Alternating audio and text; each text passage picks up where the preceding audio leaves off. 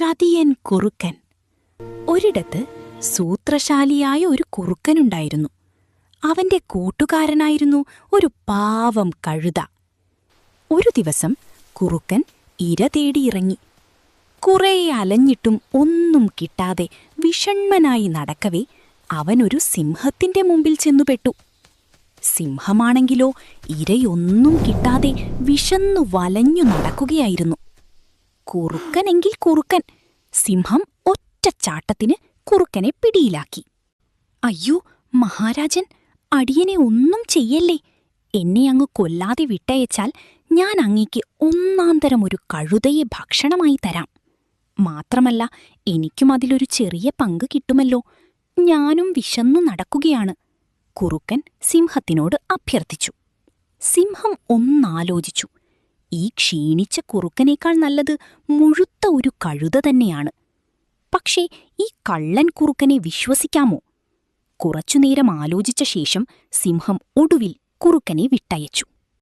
കുറുക്കൻ നേരെ തന്റെ ചങ്ങാതിയായ കഴുതയുടെ അടുത്തെത്തി.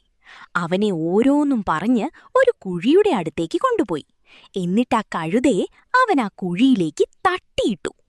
പാവം കഴുത കരയ്ക്ക് കയറാൻ പറ്റാതെ കുഴിയിൽ പെട്ടു കരഞ്ഞു. കുറുക്കൻ വേഗം സിംഹത്തിനടുത്തെത്തി പറഞ്ഞു, രാജൻ, അങ്ങേക്ക് കീഴ്പ്പെടുത്താൻ പാകത്തിൽ ഞാൻ കഴുതായെ ഒരു ചെറിയ കുഴിയിൽ അകപ്പെടുത്തിയിട്ടുണ്ട്. വേഗം വന്നാലും.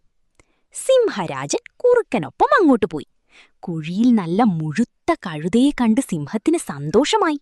കുറുക്കനാണെങ്കിൽ കഴുതായെ കൊല്ലാൻ സിംഹത്തിനോട് ആവശ്യപ്പെട്ടു.